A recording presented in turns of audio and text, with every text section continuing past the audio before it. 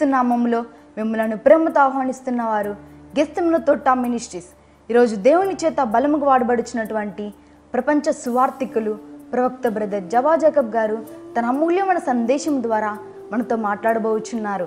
ఈయన తన 18 సంవత్సరాల నుండి అనేక దేశ విదేశాలలో బలముగా వాడబడుచున్న దైవజనులు వీరు. ఈయన ద్వారా దేవుడు అనేక మందికి అద్భుతమైన విడుదలను దేవుడు చేసి ఉన్నాడు. కృంటివారు నడుచుట, గ్రుడ్డివారు చూచుట, మూగవారు మాట్లాడ లాంటి గొప్ప కార్యములు దేవుడు చేసి ఉన్నాడు. ఈరోజు కూడా దేవుడు ఈయన ద్వారా అనేకమైనటువంటి యవనస్తుల కూడికలలో, సేవకుల సదస్సులలో, అభిషేక ఆరాధనలో బలముగా వాడబడుచున్న దైవజనులు వీరు. ఈరోజు మీరు కూడా ఏ ఆశీర్వాదం కొరకు ఈ టీవీ ముందు కూర్చొని ఆసక్తితో ఎదురు చూస్తున్నారో అదే ఆశీర్వాదం పొందుకోవడానికి నమ్మండి, విశ్వసించండి, దేవుని దీవెనను పొందుకోండి. పునరుద్ధరణైన యేసుక్రీస్తు నామములు మీ అందరికీ శుభాభివందనములు తెలియపరుచుకుంటున్నాను. మీరందరూ సుఖముతో, బలముతో, ఆరోగ్యముతో విడుదల కలిగి దేవుల్లో విజ్ఞాపన చేస్తారని నమ్ముతున్నాను. దేవుడు మిమ్మల్ని ధారాళంగా దీవించుడుగాక. ఈ పరిచర్యను మీ అంది సహకారముతో, ఉపవాసముతో, ప్రార్థనతో మీ యొక్క కుప్పులు విప్పి ఈ పరిచర్యను ముందుకు సాగించండి. దేవుడు మిమ్మల్ని ధారాళంగా దీవించునుగాక. బైబిల్ నుండి అట్టడుగు స్థితి నుండి ఉన్నత స్థాయిలోకి ఎదిగిన దాని ఒక సేవకుల గురించి మనం చూడబోతున్నాము. ఆయన బైబిల్లో ఉన్న లేకపోతే లోకంలో మొదటి న్యాయాధిపతి. ఆయన పేరు ఒత్నియేల్. హల్లెలూయా. ఒత్నియేల్ అంటే దేవుని యొక్క తగిన కాలం అని అర్థం. ఓకే, యోషువ కాలంలో యోషువ సీటు పెట్టి అందులో ఇన్న వారికి వీళ్ళకి ఈ ల్యాండ్, వీళ్ళకి ఈ ల్యాండ్ అని చెప్పి ఓ గోత్రం అందటికి ఎవరి భాగమో వారికి విభజించి పంచారు.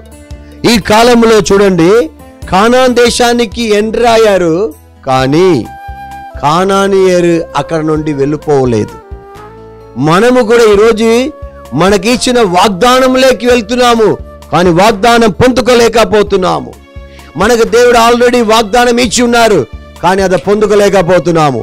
ఈ రోజు నుంచి మనం చూడబోతున్నాము, కానానీయుల శక్తి అక్కడి నుంచి వెళ్ళిపోలేదు. కానాని యొక్క హస్తం అక్కడ ఉన్నది, కానీ కానాని దేశమును దేవుడు అప్పగించి ఉన్నారు. ఈ కాలంలో కూడా మనకు కూడా ఒక దేశం, ఒక సంఘం, ఒక కుటుంబం, ఒక పరిస్థితిని, ఒక వాగ్దానముని, ఆశీర్వాదముని మనకు అప్పగించి ఉన్నారు, కానీ దానిలో మీరు you cannot reach that place. మీరు అక్కడికి రీచ్ అవ్వలేకపోతున్నారు, అది పొందుకోలేకపోతున్నారు. దేవుడు ఇంత చేసినప్పుడు కూడా దేవుని ప్రణాళిక మీరు గుర్తించలేకపోతున్నారు. కాబట్టి ఈరోజు ఈ మాట వినుడి. దేశం కానానీయుల చేతులు ఉన్నది కాబట్టి ಅದನ್ನ పొందుకోలేక మోస నిద్రించారు. ఇప్పుడు కానాన్లోకి యోషువ, కాలేబు ఉన్నారు. ఆయనను యోషువ తర్వాత కాలేబే ఇప్పుడు అక్కడ న్యాయాధిపతిగా మారాలి. కానీ ఇక్కడ ఏమి జరుగుతుంది చూడండి.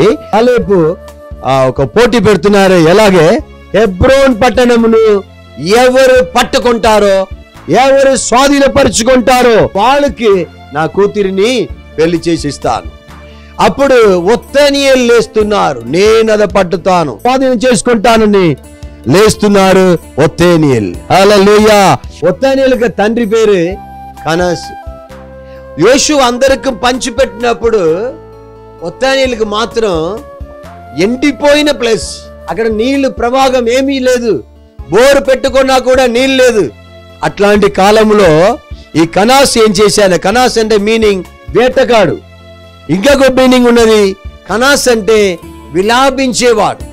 అయ్యో నాకు యోషువ ఎలా ఇచ్చారే, నాకు యోషువ ఎలా ఇచ్చారు, అయ్యో నాకు పండలేదు, ఏ చెట్టు అక్కడ రాలేదు, నాకు ఎండిపోయిన బీటు భూమిని ఇచ్చారు అని బాధపడి విలాపిస్తే ఉన్నారు. అప్పుడు ఓ వేటగాడు కొడుకు ఎవరు? ఒత్నియేలు ఎలా అవుతారు? ఆయన కూడా వేటగాడునే అవుతారు. ప్రియ బ్రదర్ అండ్ సిస్టర్, ఓ స్తోత్రం. మీ పరిస్థితి ఈ రోజు ఎండిపోయిన పరిస్థితిలో ఉన్నా కూడా దేవుడు మిమ్మల్ని పైకి లేవనెత్తబోతున్నారు. ఎండిపోయిన పరిస్థితి నుండి దేవుడు మిమ్మల్ని పైకి ఎక్కించబోతున్నారు, మిమ్మల్ని పైకి హెచ్చించబోతున్నారు, మిమ్మల్ని పైకి లేపబోతున్నారు. ఆమె బైబిల్ చెప్పబడుతుంది, అరణ్యము ఎండిన భూమి సంతోషించినట్లు, అడవి ఉల్లాసించినట్లు మీ జీవితం ఏమవబోతుంది? ఉల్లాసించబోతుంది. సోలిపోతూ వేటగాడు అయిన ఈ ఒత్తనీయులు ఆ పట్టణమును పట్టుకున్నారు కాబట్టి ఆయనకి ఏంటి అక్కడ చెప్పబడుతుంది, చదువుతాం. Thank you Jesus. న్యాయాధిపతి పుస్తకం 1:13. కనసు కుమారుడాగు ఒత్తనీయులను పట్టుకొనేను కనుక కాలేపు తన కుమార్తె అయిన అత్సాలని అతనికి ఇచ్చి పెళ్లి చేశారు. ఆ కాలంలో పెళ్లి చేసిన తర్వాత ఆ కాలంలో ట్రాన్స్పోర్ట్ ఏమి ఉండదు, కారు గీరు ఏమీ లేదు, గొర్రె మీదే ఒండె మీదే తీసుకొని వెళ్తారు. ఇలాగ తీసుకొని వెళ్ళిన సమయంలో ఏమైందంటే అచ్చాలు చెప్తున్నారు, మీ మామయ్య ఆయన ఎవరు కాలేపు దగ్గరికి వెళ్ళి ఏం చెయ్యి, మీకు ఎండిన భూమి ఉన్నది కదా, మంచి భూమి లేకపోతే మంచి ఆస్తి భూడు కాలేపు, అదంతా ఆయనదే, అడుగనప్పుడు ఆయన అన్నారు, నేను అడగను, నన్ను పిలిచిన దేవుడు నమ్మదగినవాడు, నన్ను ఒక్క రోజైనా ఈ రోజైనా ఎప్పుడైనా నన్ను హెచ్చించడానికి సమర్థుడు అని ఆయన అడగలేదు. ఒంటె నుంచి దిగి లేకపోతే ఆ గొర్రె నుంచి దిగి తన తండ్రి దగ్గరికి వెళ్ళి నాకు ఇంకా భూమి కావాలి అని అడుగుతున్నారు. హల్లెలూయా. అడిగినప్పుడు కాలేపు తన కూతురికి నీళ్లు భాగం లేకపోతే లోయల్ ప్రాంతమును రాసి ఇచ్చారంట. My dear brother and sister, మిమ్మల్ని ఒకసారి సోదర కిందకి అనగదొక్కిన పరిస్థితులు ఉన్నా కూడా మిమ్మల్ని హెచ్చించిన ఒక రోజు వస్తే మీరు ఎవరి దగ్గర అడుగుర అవసరం లేదు. సింగిల్ గా ఉండొచ్చు, వేటగాడుగా ఉండొచ్చు, అయ్యో నాకు ఇంటిని భూమి అని చెప్పి ఉండొచ్చు, పరిస్థితి లేదు, నేను ముందుకు రావడానికి అవకాశమే లేదని చెప్పి ఉండొచ్చు. ఇందులో చెప్పబడుతుంది, చదవండి సోదరు న్యాయాధిపతి పుస్తకం అందులో 3వ అధ్యాయం. అట్లా ఇశ్రాయేలీయులు యెహోవా సన్నిధిలో దోషులై తన దేవుడైన యెహోవా మరచి బాయిలు దేవతలను దేవత స్తంభములను పూజించిరి. అందును గురించి యెహోవా కోపము ఇశ్రాయేలు మండక అరణ్యహరాయిము ఒక రాజైన కుషాన్ రిషిదామిన్ చేతులకు దాసులడకై వారిని అమ్మివేశారు. ఇశ్రాయేలీయులు ఎన్ని సంవత్సరాలు అమ్మివేశారు? 8 సంవత్సరాలు కుషాన్ రిషిదామిన్ రాజుకు అమ్మివేశారు. My dear brother and sister, ఇక్కడ ఏం చెప్పబడుతుంది?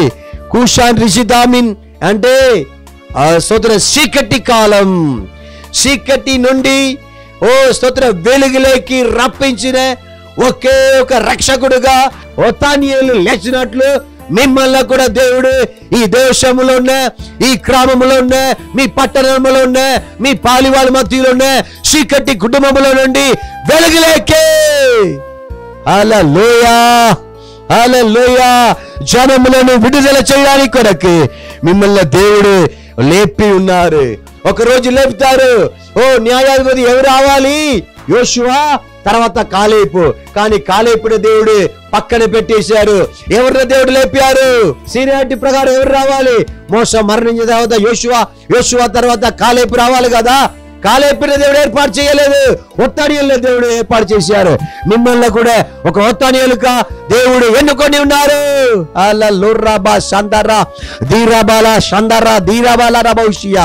భారపడకండి, భయపడకండి. దేవుడు మిమ్మల్ని ఏర్పాటు చేసి ఉన్నారు. దేవుడు మిమ్మల్ని లేపబోతున్నారు. మీరు సమస్యలు పోకండి. ఆత్మీయత నాకు ఇలా ఉన్నది, నా పరిస్థితి ఇలా ఉన్నది, పరిస్థితిని చూసిన వారు ముందుకెళ్ళినట్టు చరిత్రం హల్లెలూయా. దేవుడు వైపే చూసి ముందుకు వెళ్ళండి. దేవుడు మిమ్మల్ని తోకక కాక తలక చేసి అందరికి తల నాయకుడుగా మిమ్మల్ని మార్చి దూరాబార్ సందరా దీరాబాల అందరికి ఒక మోడల్ లైఫ్ గా మాదిరిగా జీవితంగా మిమ్మల్ని నడిపిస్తారు. హల్లెలూయా. ఒత్తాన్ని లేపిన దేవుడు మిమ్మల్ని కూడా లేపుతారు. ప్రార్థిస్తామా?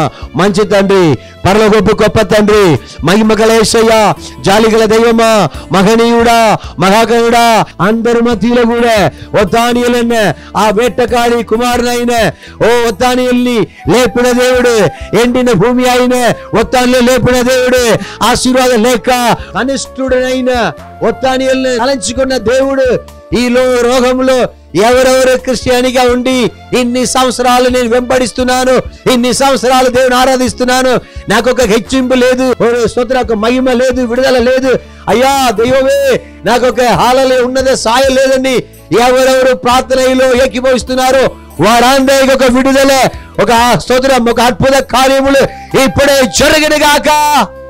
హల్లెలూయా. మహిమగల కార్యం చేయండి ప్రభువా. వారి కన్నీరన్ని తొలవండి. ఏదైనా వీక్షిస్తున్న వింటున్న ప్రతి ఒక్క విజ్ఞాపనములు మీరు ఆలకించండి ప్రభువా. బలపరచండి ప్రభువా. എല്ലാ కట్టు నుంచి మార్చండి, వేదనలు మార్చండి, ఆందోళన మార్చండి, అభిషేకముతో నెప్పండి, అగ్ని చేత నెప్పండి, విడుదల దయచేయండి, అనారోగ్యం తీసివేయండి, అద్భుతమైన కార్యం చేయండి. మీరు అలా చేసినందుకు స్తోత్రం. యేసయ్యాది శ్రేష్టమైన నామములు ప్రార్థించి ప్రతులు మాడి వినయముతో వేడుకొనుచున్నాము మా పరలోకపు గొప్ప తండ్రి. ఆమేన్, ఆమేన్, ఆమేన్. దేవుడు మళ్ళీ దీవిస్తారు, ఆశీర్వదిస్తారు. ఈ వర్తమానం మీ అందరికి ఆశీర్వాదకరంగా ఉన్నట్లయితే అందరికి తెలియపరచండి, ఫార్వర్డ్ చేయండి. మీకు అవసరం ప్రార్థన చేయడానికి ఎవరు లేదనుకున్నారా? నేను, నా బృందం ఉన్నాము. నాకు తెలియపరచండి, నేను కూడా మీ కొరకు ప్రార్థన చేస్తాను. ఆమేన్, ఆమేన్, ఆమేన్.